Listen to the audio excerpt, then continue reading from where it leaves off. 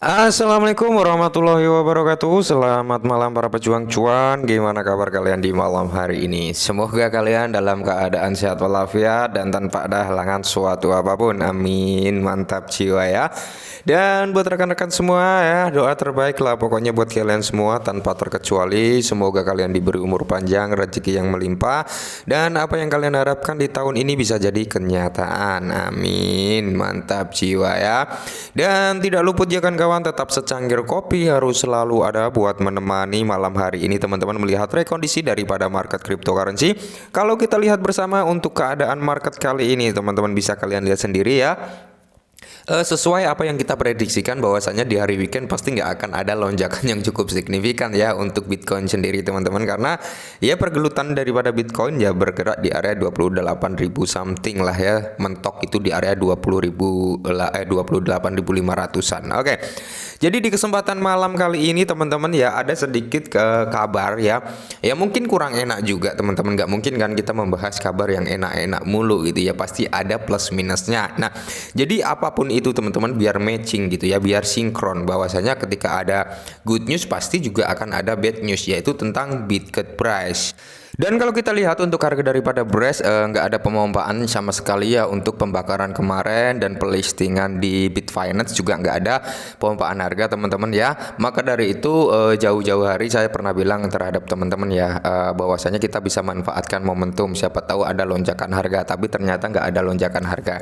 Dan saya pun pernah bilang terhadap teman-teman ya, bahwasanya gini ya, kalian nggak perlu harus punya banyak gitu ya, kalian nggak perlu harus punya banyak ya, minimal kalian punya lah ya 5 juta, 10 juta atau 20 juta koin Brace, karena harganya memang masih murah teman-teman. Kalau kalian ingin punya gitu ya kan, saran dari saya nggak usah mulu-mulu harus punya sekian, nggak ya, tergantung dengan keyakinan dari teman-teman. Kalau kalian yakin ya bisa beli banyak, tapi kalau kalian nggak yakin ya minimal 5 sampai 10 dolar kalian belilah, itu pun sudah dapat koin Brace banyak jutaan ya teman-teman, seperti itu. Siapa tahu ya nanti di tahun 2025 atau di tahun 2024 pertengahan, siapa tahu Brace ini bisa mengalami lonjakan harga yang cukup signifikan, kita nggak ada yang tahu ya teman-teman ya.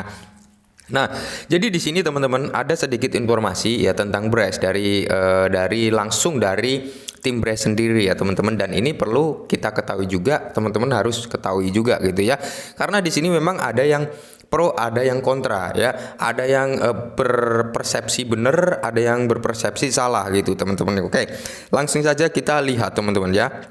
Nah, informasi yang pertama yaitu tentang Hybris, teman-teman. Kita tahu lah bahwasanya Hybris ini akan di update ya nanti perkembangannya pada tanggal 3 April, dan di sini kita diingatkan oleh tim Brace sendiri bahwasanya kita disuruh nunggu nih 48 jam ya, 48 jam lagi lah, intinya seperti itu untuk peluncuran web Hybrisnya. Intinya tentang spesifikasi tentang mobil listriknya, kurang lebih seperti itu teman-teman. Sebenarnya ini bagus Hybris ini ya, karena ini akan mendongkrak utilitas daripada Bitcoin Brace juga ya, karena nanti di dalam Hybris ini koin Brace ini bisa digunakan untuk membeli mobilnya gitu ya kan. Nah, jadi meningkatkan use case-nya atau meningkatkan kegunaan dari koin Brace ini ya, setelah dia berkolaborasi juga dengan Travala ya teman-teman ya. Mantap. Nah, dan di sini yang menjadi banyak sekali persepsi pertanyaan daripada teman-teman juga ya, bahwasanya ini adalah langsung dari tim Brace ya, menanggapi dampak negatif pada pertumbuhan stabil kami yang disebabkan oleh manipulasi grafik oleh para trader. Sebenarnya kalau kita berbicara tentang manipulasi grafik ya teman-teman, memang cenderung cryptocurrency itu adalah tempatnya orang para bermain trader dan tempatnya para orang bermain investasi. Jadi antara trader dan investor ini ya bisa dikatakan 11-12, mereka bersampingan gitu teman-teman ya. Ya kita nggak bisa nyalahin juga manipulasi gitu teman-teman ya, sebenarnya seperti itu. Nah, jadi di sini kami telah menangguhkan sementara program pembelian kembali bulanan. Namun kami masih akan terus membeli kembali dan membakar token dalam jumlah yang lebih besar pada hari-hari acak. Nah, jadi di sini yang banyak persepsi yang keliru juga dari teman-teman ya. Ada yang berpikir positif, ada yang berpikir negatif gitu ya. Bahwasanya memang benar tim Brace ini akan menunda sementara ya. Maksudnya menunda dengan pembakaran yang akan terjadi di Coinbase ini ya, atau alias pembakaran bulanan. Tapi ingat ya teman-teman, dia tetap akan melakukan pembelian kembali, dan di sini dia akan membakar sejumlah apa ya, bisa dikatakan sejumlah Coinbase atau token Brace ini dengan sistem acak ya, dengan jumlah yang mungkin lebih besar. Jadi gini maksudnya, mungkin dia nggak akan ada kowar-kowar lagi gitu maksudnya, dengan pembelian sekian, pembelian sekian, pembelian sekian, mungkin nggak akan di-up lagi mungkin loh ya. Tapi tiba-tiba ya, dia akan announcement bahwasanya akan ada pembakaran sekian, mungkin seperti itu ya. Biar apa? Mengantisipasi orang yang memanfaatkan momentum, mungkin seperti itu ya.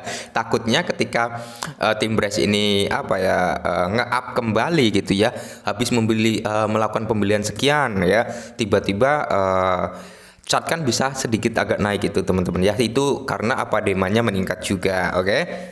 Tapi setelah hari H pasti cenderung turun, mungkin untuk menghindari hal tersebut ya. Intinya kalau kita ambil garis tengahnya di sini tetap akan melakukan buyback kembali, tetap dijalankan itu, cuman sistemnya acak ya. Mungkin nggak seperti saat ini yang kemarin 3 bulan ini dilakukan selalu di up, selalu di up, selalu di up. Mungkin silent sistemnya kurang lebih seperti itu. Dan si Brace pun mengungkapkan bahwasanya kenapa dia melakukan seperti itu.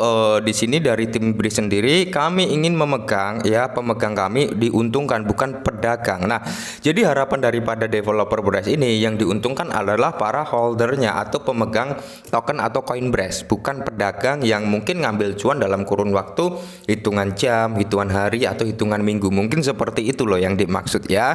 Dan di sini pun timbul banyak pertanyaan bahwasanya tentang circulating supply yang ada di dalam pembakaran Brace ya. Kenapa belum diupdate yaitu kan ya.